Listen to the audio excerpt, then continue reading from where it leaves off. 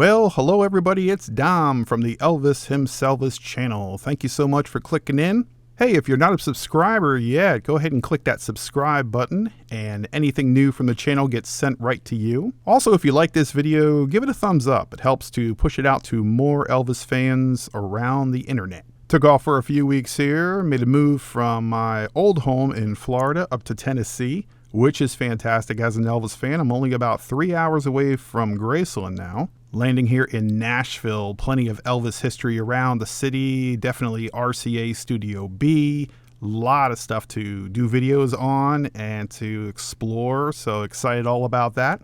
Well, not sure if you guys have been following the Priscilla Presley case here in reference to her business partners, but just in case you have not, wanted to bring you up to speed and what's exactly going on. I know a lot of people have heard that she was granted the right to be buried at Graceland in the Meditation Garden, and many are confused about this, not sure how this was allowed. Well, I just want to explain it real quick. To understand this, you got to look back to the very beginning, actually, upon Elvis's death in 1977. In his will, Elvis stated that Lisa would take over the trust and the estate at the age of 25. Upon receiving everything, she decided to name co-trustees, and that would be her mother and her mother's business manager by the name of Barry Siegel. This is the same Barry Siegel that Lisa filed a lawsuit against later on about mismanagement of money and why she went broke, but we're not going to get into that right now.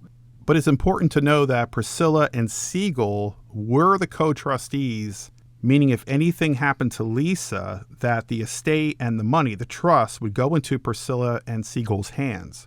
The problems arose when Lisa died, and Priscilla stated that she did not know, back in 2016, that Lisa Marie changed the trustees. She put an amendment onto the trust. Instead of having Priscilla and Siegel as co-trustees, she now had Riley Keough, her daughter, and her son Benjamin. And sadly, with Benjamin dying, then it left Riley to be the sole heir. Now, this is where it gets a little bit cloudy, because Priscilla stated after Lisa died that she did not know that an amendment was made on the trust. But when the amendment was made was 2016, and that is 7 years. So when Lisa died, Priscilla had filed a petition stating that the 2016 amendment was not authentic. She was stating things like the paperwork didn't have Lisa's signature on it, there were no witnesses, and the paperwork is not even notarized. And of course, with Lisa no longer here, she can't speak for herself or provide any kind of further proof. So that was the basis of the petition that she had filed against Riley. And because Riley didn't want to have a long, drawn-out process, she did a settlement with Priscilla, and actually Priscilla made out pretty good with it. She's receiving $1 million lump sum that's out of the $25 million life insurance policy on Lisa. She wanted her son Navarro to be a beneficiary on Lisa Marie's trust. And the kicker, of course, is that she's going to be buried at Graceland in the Meditation Garden.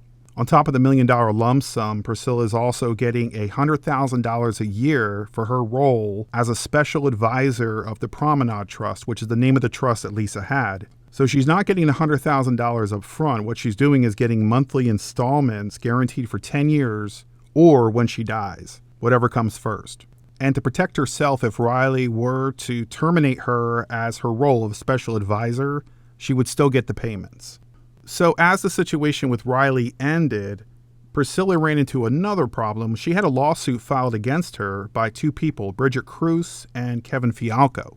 Fialco was an Elvis Presley memorabilia collector, and it's not clear of how they met or the motivation behind them meeting, but Cruz and Fialco had promised Priscilla that they were going to help her with repairing her image, stabilizing her image, helping her improve her financial situation. Now, in their lawsuit, Cruz and Fialco state that Priscilla didn't disclose to them that this name that they're supposed to be promoting, and that really they had no right to it. Because in 2005, Priscilla sold her likeness and her name to Elvis Presley Enterprises for one big lump sum.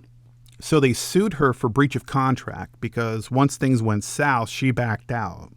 Now, Priscilla's side of the story is that she did disclose to them about selling her likeness in 2005, but the reason why she backed out of the deal was because she was being exploited by them. They controlled her money, she's stating. Priscilla accusing Fialco and Cruz of elder abuse.